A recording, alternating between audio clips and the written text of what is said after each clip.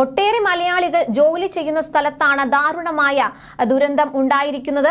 സംഭവസ്ഥലത്ത് രക്ഷാപ്രവർത്തനം ഇപ്പോഴും തുടർന്നുകൊണ്ടിരിക്കുകയാണ്. ആശുപത്രിയിലുള്ള 7 പേരുടെ നില ഗുരുതരമാണ്.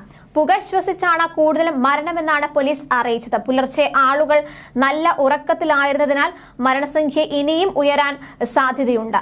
മലയാളി ഉടമയായ NBTC ഗ്രൂപ്പിന്റേതാണ് ഈ ഫ്ളാറ്റ്. കെട്ടിട ഉടമയ്ക്കെതിരെ നടപടിയെടുക്കാൻ കുവൈറ്റ് മന്ത്രി നിർദ്ദേശം നൽകി കഴിഞ്ഞു. കെട്ടിട ഉടമയെയും കെട്ടിടത്തിന്റെ കാവൽക്കാരനെയും അറസ്റ്റ് ചെയ്യാൻ കുവൈറ്റ് ആഭ്യന്തരമന്ത്രി ഷെയ്ഖ് ഫഹദ് അൽ യൂസഫ് അൽ സബാഹ് ഉത്തരവിട്ടു. കെട്ടിടത്തിൽ ഇത്രയും പേരെ താമസിപ്പിച്ചത് സുരക്ഷാ മാനദണ്ഡങ്ങൾ ലംഘിച്ചാണെന്നും കണ്ടെത്തിയിട്ടുണ്ട്.